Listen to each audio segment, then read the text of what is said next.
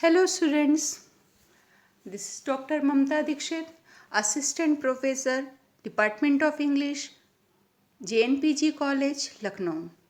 Today I am going to teach you Lord of the Flies. This lecture is useful for MA second semester students. William Golding was a British novelist, playwright and poet. He was born on 11 September 1911. Best known for his debut novel, Lord of the Flies. He has written 11 novels in his lifetime.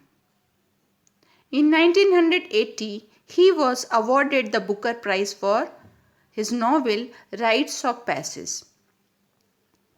In 1983, he was awarded with Nobel Prize for Literature. The Nobel Prize Committee stated that the prize was awarded for his novels, which, with perspicuity of realistic narrative art and the diversity and universality of myth, illuminate the human condition in the world of today. Lord of the Flies was William Golding's first novel, and he was having financial difficulties when he first tried to get it published in 1953.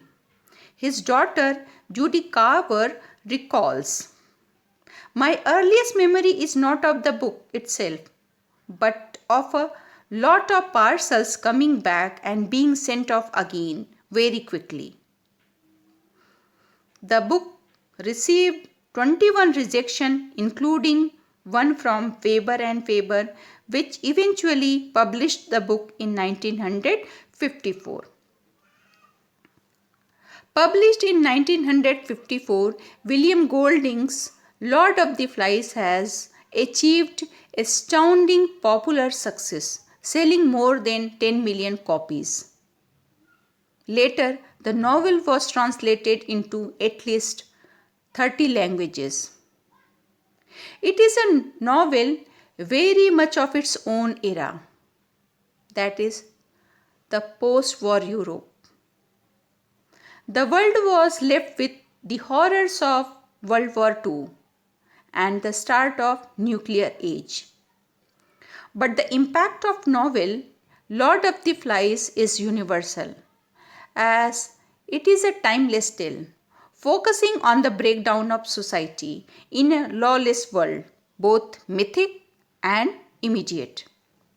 Lord of the Flies continues to fascinate, appall, and discomfit readers. After the publication, Lord of the Flies has been well received by the readers and it became a global phenomenon. The novel is an adventure tale in its purest form.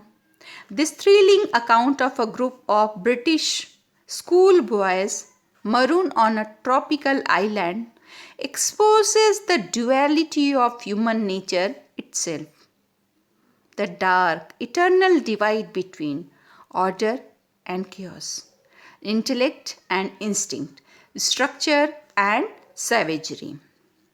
William Golding was inspired by R. M. Ballantyne's novel The Coral Island.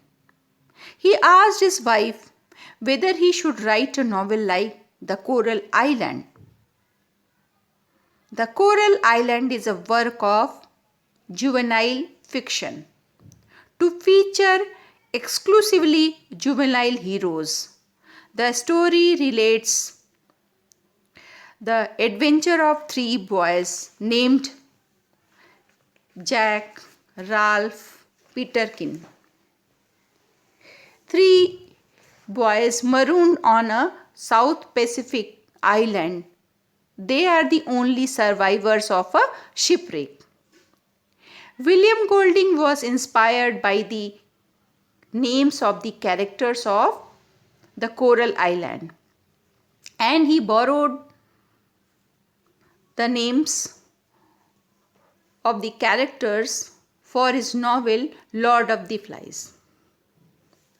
John Carey, in his biography of Golding, writes that Golding was inspired to write real story of what would happen if boys were stranded on an island. In Lord of the Flies, he had written Coral Island in reverse. Golding and his wife Anne frequently read stories about islands to their children, David and Judy. And one night, Golding said to Anne, "Wouldn't it be a good if I write a book about children on an island? Children who behave in the way children really would behave." Lord of the Flies then represents Golding's vision of the reality of the boys left to their own devices, while Ballantyne's novel presents a romantic vision of the three boys. Golding shatters this illusion in Lord of the Flies. Without rules and adult guidance, Golding's boys demonstrate the evil within. As Simon says, "Maybe there is a beast. Maybe it is only us." William Golding wrote Lord of the Flies following World War II, during which the Nazis exterminated 6 million Jews and the United States dropped 2 atomic bombs on Japan. Like his teaching experience, Golding's participation in the World War has proved a fruitful material for his writing career. Of his Second World War experience, Golding has said, "I began to see what people were capable of doing. Anyone who moved through those years without understanding that man produces evil as a bee produces honey must have been behind or wrong in the head." Students, now we will discuss the plot of the novel. In the midst of a raging war, a plane evacuating a group of schoolboys from Britain is shot down over a deserted tropical island. Two of the boys, Ralph and Piggy, discover a conch shell on the sea beach. Piggy, an intelligent boy, understands the utility of this conch shell. He realizes that it could be used as horn to summon the other boys. Once assembled, the boys set about electing a leader and devising a way to be rescued. They chose Ralph as their leader, and Ralph appoints another boy, Jack, to be in the charge of the boys who will hunt food for the entire group. Ralph, Jack, and another boy, Simon, set off on an expedition to explore the island. When they return, Ralph declares that they must light a signal fire to attract the attention of passing ships. At first, the boys enjoy their life without grown-ups and spend much of their time splashing in the water and playing games. Ralph, however, complains that they should be maintaining the signal fire and building huts for shelter.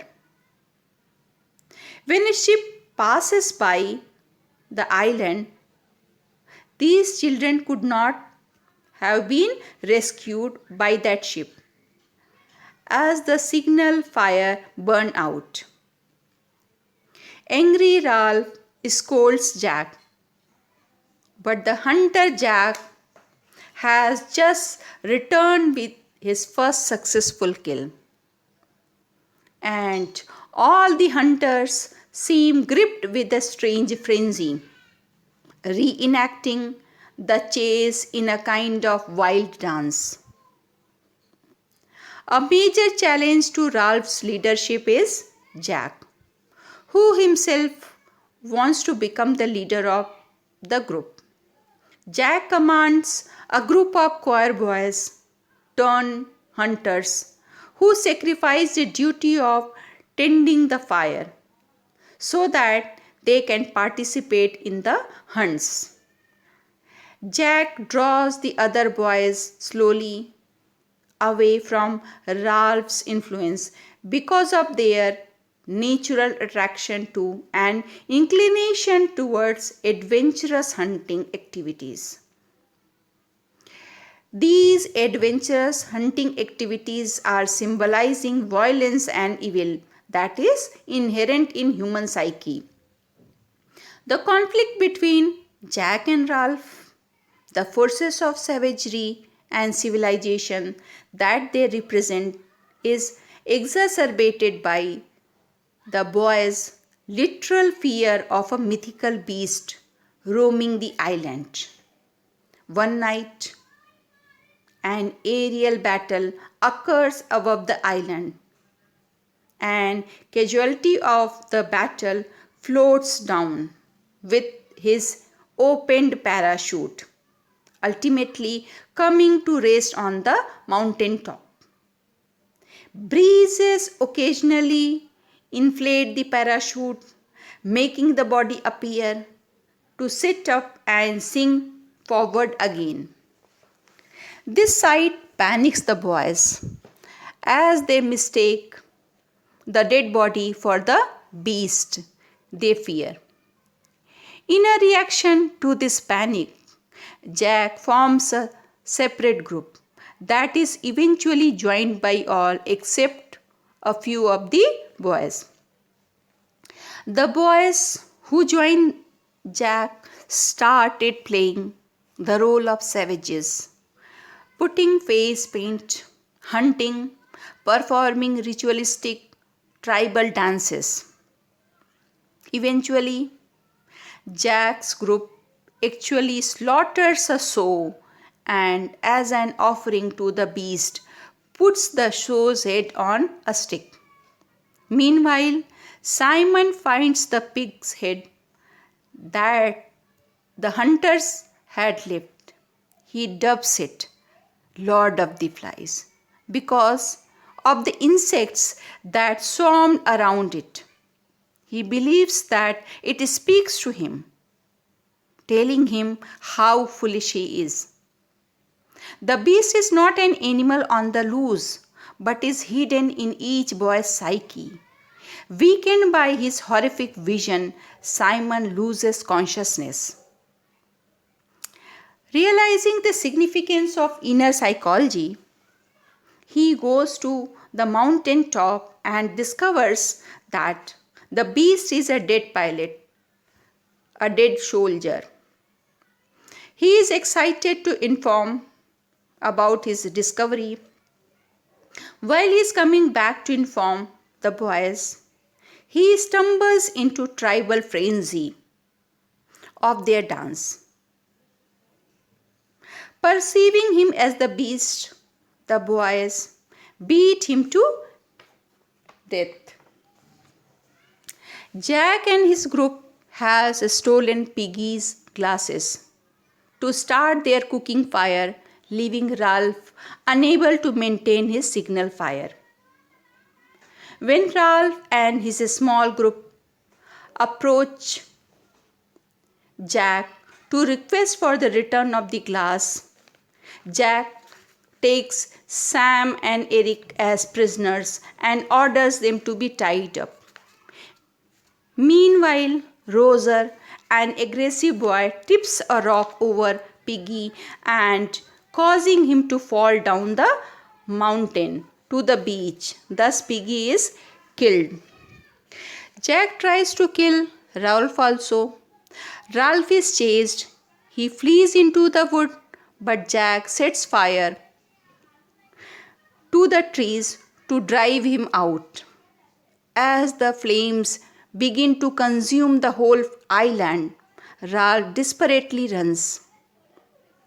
Hitting the beach, Ralph trips and falls only to find himself at the feet of a British naval officer.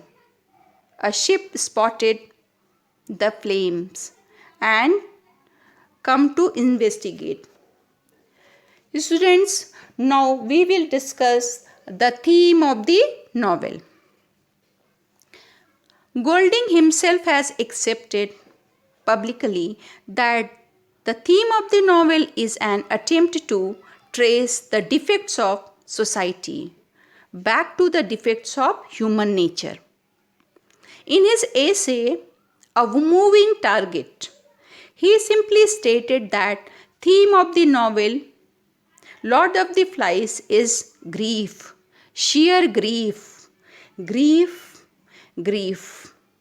Of course, the novel ends with Ralph grieving the indelible mark of evil in each person's heart. When confronted with a choice between civilization and savagery, the children chose to go with savagery. Lord of the Flies tells Simon, fancy thinking the beast was something you could hunt and kill, and then laughs at the boys' efforts to externalize their savagery in the form of an animal or other fearsome creature. The central concern of Lord of the Flies is the conflict between two competing forces that exist within all human beings. First instinct is to live by rule, act peacefully, and follow moral values. And second one is to act violently to obtain supremacy over others, to fulfill desires, and to enforce authority. This conflict might be expressed in other ways like civilization versus savagery, order versus chaos, reason versus impulse, law versus anarchy, virtue versus vice. Lord of the Flies is an allegorical novel, which means that Golding conveys many of his main ideas and themes through symbolic characters and objects. And the conflict between civilization and savagery represented through Ralph, the protagonist who represents order and leadership, and Jack, the antagonist who represents savagery and the desire of power.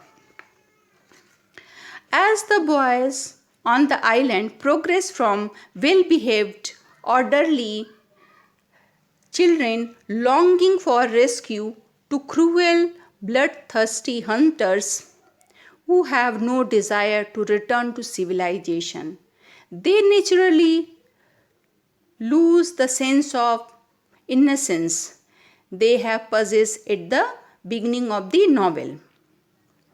Golding implies that when left to their own devices, people naturally revert to cruelty, savagery, and barbarism. This idea of innate human evil is central to Lord of the Flies and find expression in several important symbols, most notably the beast and the sow's head on the stake. Only Simon seems to possess anything like a natural innate goodness. Thank you.